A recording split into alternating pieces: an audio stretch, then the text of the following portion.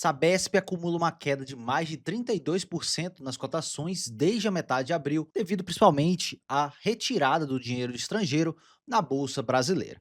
Nesse vídeo eu vou mostrar alguns dados que podem provar para você que a Sabesp está realmente com uma boa oportunidade se você for um investidor com um horizonte de longo prazo, principalmente de olho a partir de 2029, onde ela pode se tornar uma gigante em pagamento de dividendos aqui na Bolsa Brasileira. Nesse vídeo eu vou mostrar alguns slides, o que o mercado espera para os próximos anos, preço teto projetado, dividendos e retorno total esperado na ação. Então, sem enrolação, vamos para o vídeo. Lembrando que nada desse vídeo é uma recomendação de investimentos e eu já deixo o convite para você se inscrever nesse canal para não perder nenhum dos próximos vídeos. Primeiramente, a Sabesp é uma empresa de saneamento do estado de São Paulo, onde ela está presente em todas essas cidades aqui do estado de São Paulo. E ela também está com um plano de universalização do sistema de água e esgoto no estado, então ela tem um projeto para altos investimentos para os próximos anos. E ela foi privatizada em julho de 2024 e desde a privatização ela melhorou muita coisa operacionalmente. Quando olhamos para os custos operacionais da companhia, eles caíram em 30%, então isso gera maiores margens para a empresa, então melhorando a eficiência. E temos também o crescimento do EBITDA da companhia desde 2024 e também dos investimentos nesse período. Observe que os investimentos cresceram muito, principalmente após a privatização. E com isso, ela está acelerando seus planos de investimentos para chegar na meta de universalização de água e esgoto a partir de 2030. E temos aqui o crescimento anual médio do volume de investimentos, que subiu na casa de 40% de forma anualizada. Realmente, essa Sabesp vem investindo bastante, a sua dívida também está crescendo, mas isso vai ser para bons fins nos próximos anos.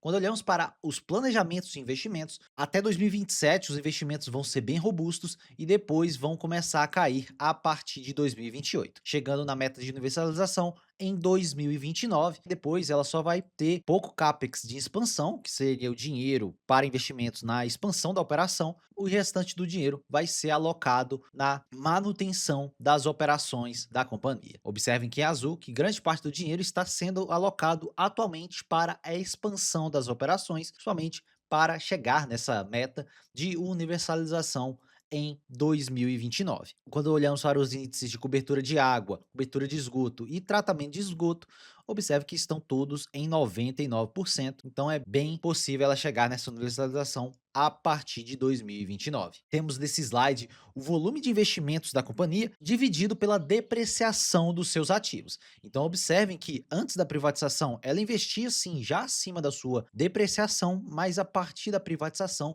eles começaram a investir um volume muito superior aos anos passados. Então isso também vai ser benéfico para a companhia para melhores revisões tarifárias a partir do ano base de 2030. Essas revisões devem acontecer a partir de 2028. Então isso vai aumentar também potenciais receitas para a companhia a partir dessa data. Todo esse investimento tem benefícios para a companhia na parte de criação de valor para o acionista. E olhando para o resultado do segundo TRI de 2026, temos um crescimento de 3,6% no volume de investimentos. Eles alcançaram 105% na economia de água, 90% na economia de esgoto e 82% no tratamento de esgoto. Já chegaram em 64% da meta de 2026. Então eles devem sim alcançar todas as metas da companhia para esse ano, principalmente aquele longo ciclo de investimentos planejados nos próximos anos. E, consequentemente, esse volume de investimentos mais elevado vai sim aumentar o endividamento da companhia. Temos que no segundo TRI de 2025,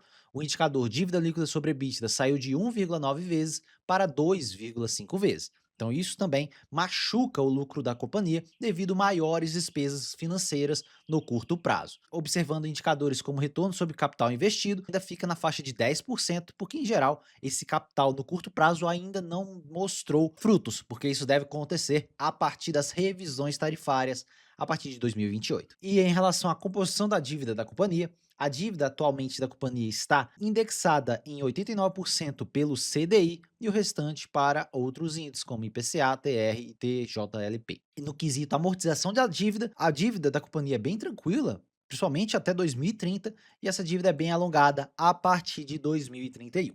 E observe a composição de caixa, que é muito elevada nesse curto prazo, basicamente cobriria toda essa dívida até 2030. Então, realmente, a alavancagem da companhia segue controlada, mas o nível de alavancagem por indicadores machuca o lucro líquido contábil da Sabesp. E isso é mostrado principalmente nesse resultado do segundo TRI de 2026. Tivemos crescimento na receita líquida da companhia, o EBITDA ajustado teve uma queda aqui pontual, principalmente por conta de algumas elevações de custos, mas o lucro líquido ajustado teve uma queda muito substancial, na faixa de 37% em relação ao segundo TRI de 2025. E isso é devido principalmente a esse montante de despesa financeira da companhia. Mas a seguir eu vou comentar mais sobre essas linhas da lucratividade. Quando analisamos a construção do EBITDA, teve crescimento de receita, pessoal e energia foram bem constantes aqui, bem estáveis em relação a outros trimestres. Tivemos alguns efeitos no curto prazo, como serviços e outros, que foram aqui não recorrentes. Quando olhamos para o EBITDA recorrente, ele teve sim crescimento na faixa de 17%, principalmente potencializado por efeito temporal e plano comercial nesse curto prazo. As despesas seguem extremamente controladas, que em relação a pessoal teve uma queda de quase 1% e energia um aumento de 2,2%, mas bem abaixo dos índices inflacionários, que hoje ficam na casa dos 4,6% aproximadamente. E aqui temos a composição da lucratividade. Quando olhamos para o lucro líquido do ano passado, do segundo TRI de 25, a redução desse curto prazo, daqueles efeitos não recorrentes no EBITDA, depreciação e amortização machuca também a lucratividade, mas não tem efeito caixa no curto prazo. Quando olhamos para o resultado financeiro, as despesas financeiras machucaram muito essa lucratividade, 900 milhões de resultado financeiro negativo, e isso machucou a lucratividade, fazendo com que ela caísse em 31% nessa janela de um ano. A Sabesp ainda teve benefícios fiscais impostos voltando para a companhia, principalmente devido à redução da alíquota efetiva de IR de 34% para 29%, utilizando os juros sobre capital próprio. Podem ver que o que mais machucou esse resultado da Sabesp foi sim esse alto endividamento, mas isso em geral não tem efeito caixa, porque vocês viram que a dívida está muito alongada, então isso não gera uma queima de caixa no curto prazo, mas gera sim um efeito contábil negativo no curto prazo. E olhando para a ótica trimestral desse balanço, observe que o resultado financeiro cresceu em 759% nessa janela. Então foi um alto crescimento do resultado financeiro negativo devido ao aumento da alavancagem, porque a maior alavancagem subiu bastante nessa janela de um ano. Então, isso, consequentemente, machuca a lucratividade da companhia no curto prazo. Outras coisas também cresceram em relação ao ano passado, principalmente a depreciação dos seus ativos. Então, tudo isso gera efeitos negativos para esse resultado do segundo TRI e o que o mercado espera para os próximos anos da companhia. O mercado já estima, sim, uma queda de lucratividade, principalmente pelo esse aumento no endividamento para os próximos anos. A dívida da companhia deve sim chegar no patamar de 3,5 vezes dívida líquida sobre EBITDA para os próximos anos. Com isso, o mercado estima 6,2 bilhões de reais em lucratividade e considerando 50% de payout,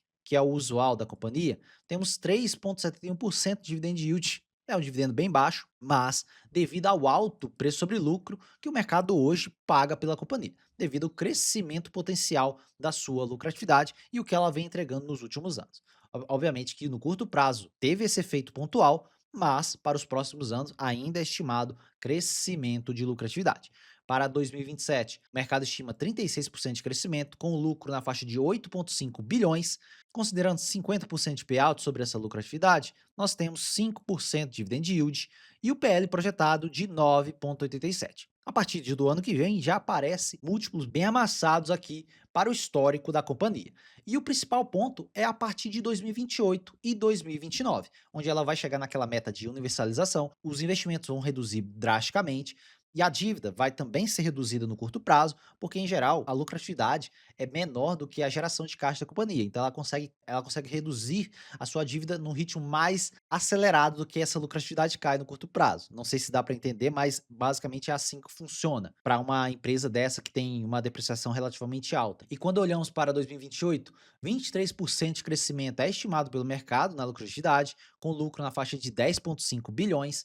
O ROI já subiria para 21%, o ROI bem elevado. O mercado já estima 75% de payout a partir de 2028. Com isso, já teríamos 9,42% de dividend yield e o PL nesse preço estaria em 8 vezes. Obviamente que isso é daqui praticamente um ano e meio, essas estimativas, não é para agora, mas isso pode realmente acontecer com os resultados da companhia.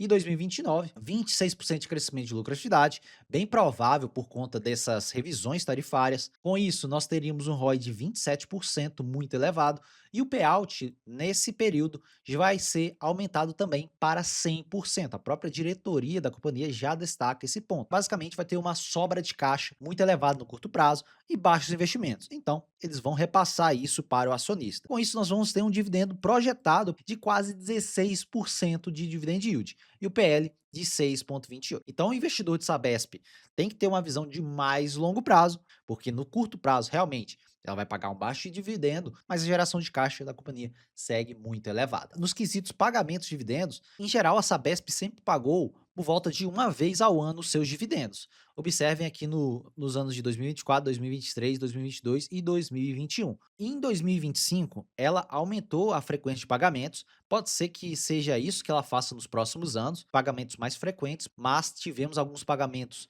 a mais em 2025 por conta também da taxação dos dividendos. Então, teve um payout extraordinário aqui na companhia pela taxação dos dividendos no curto prazo. O próximo JCP provavelmente deve acontecer em dezembro, se ela manter essas datas aqui. E no quesito múltiplos, o PL dos últimos 10 anos da companhia, ela segue bem perto da sua média histórica, a mediana fica de 11 vezes de PL e atualmente está em 10,5, e vocês viram o projetado, fica na casa dos 13 vezes, porque a lucratividade vai cair, então esse múltiplo vai subir. Mas a partir de 2027, esse PL já é projetado na faixa ali de 9 vezes aproximadamente, então estaria bem perto desse um desvio padrão abaixo das médias históricas. Outro quesito que eu sempre destaco, esse histórico da companhia é quando ela era estatal. E atualmente, como ela é privada, o mercado em geral coloca 20 a 30% de prêmio sobre uma empresa privada. Então, esses múltiplos também subiriam, teoricamente, na faixa de 20 a 30%. Então, essa mediana ajustada chegaria ali na faixa de 13 a 14 vezes, que seria basicamente o que ela está precificada atualmente. E na ótica do retorno dos últimos 10 anos, a Sabesp, mesmo tendo esse longo histórico aqui, sendo uma empresa estatal, sempre entregou bons retornos para seu acionista. Com essa janela do curto prazo pós-privatização, a Sabesp entregou 443% de retorno total nessa janela de 10 anos, com retorno anual médio de 18,5%. E vamos lembrar que retorno passado não é garantia de retorno futuro. É apenas para mostrar para vocês que realmente ela consegue entregar um retorno para o seu acionista muito acima de outros índices. Nos últimos 25 anos, entregou 4.500% aproximadamente de retorno total nessa janela, o que nos dá um retorno anual médio de 16,53%. Mais de 95% dessa janela foi na época que ela era uma estatal e mesmo assim ela entregou esse excelente retorno. Pós-privatização, muita coisa melhorou, mas a companhia sempre foi muito boa. Hoje ela só melhorou ainda mais a parte operacional dela. E no quesito preço, teto e dividendos, a Sabesp hoje, nos 23,88, o mercado bateu bastante dela após esse resultado. O dividend yield deve ficar sim na faixa de 3 a 4%. Por isso que eu falo que muitas vezes, se você é um investidor que quer mais dividendos, talvez a Sabesp não seja para você. Só vai começar a ter um dividendo elevado a partir de 2029, se o mercado não reprecificar o papel melhor ainda. Porque vocês viram que, em geral, o mercado gosta de precificar o papel na faixa de 14 vezes. Então, se você quer um dividendo elevado nessa companhia, você gosta dela e quer um dividendo elevado, o ideal seria já começar a acumular as ações desde agora. É bem provável que o mercado vai sim reprecificar o papel para múltiplos mais elevados, assim como eu mostrei no histórico. Observe que o PL projetado fica na casa de 16 vezes, na minha visão, eu acredito que ela vai apanhar ainda mais nos resultados, e de 12 vezes para 2027. Meu preço teto segue em R$ 25,00, 4,69% de mais segurança. E estimando uma taxa de crescimento de 12% e multiplicando pelos dividendos, a Sabesp hoje entregaria um retorno embutido ao ano nominal na faixa de 15,5% a 16,5%, e retirando 6% de inflação, nós temos IPCA mais 9 a IPCA mais 10 aproximadamente. E temos um bom prêmio de risco em relação aos títulos públicos de 10 anos do governo. E na parte gráfica da Sabesp, ela vem respeitando esse longo canal de alta desde ali a pré-privatização, o mercado nessa expectativa de privatização, ela perdeu esse canal um pouco mais inclinado, perdeu a média móvel de 200 e perdeu esse canal mais a fundo. Então, realmente, se o mercado ficar mais pessimista com ela, esse fluxo estrangeiro negativo continuar na nossa bolsa, pode ser que o mercado jogue ela para níveis mais abaixo. Até mesmo para cair, o mercado tem que fazer subir. Então, não duvido que o mercado jogue ela de volta para dentro desse canal para depois jogar ela lá para baixo. Então, isso é bem possível, principalmente em renda variável, porque o mercado funciona dessa maneira. Até para cair, você tem que subir um pouco antes de cair mais. Em relação aos FIBOS, eu acredito que se ela cair mais, ela deve chegar até a faixa aqui dos R$ 18, se o mercado ficar bem pessimista com o papel. E, obviamente, isso aqui vai ser uma excelente oportunidade, principalmente se você for um investidor com visão de mais longo prazo. Mas vocês viram que atualmente ela está bem precificada.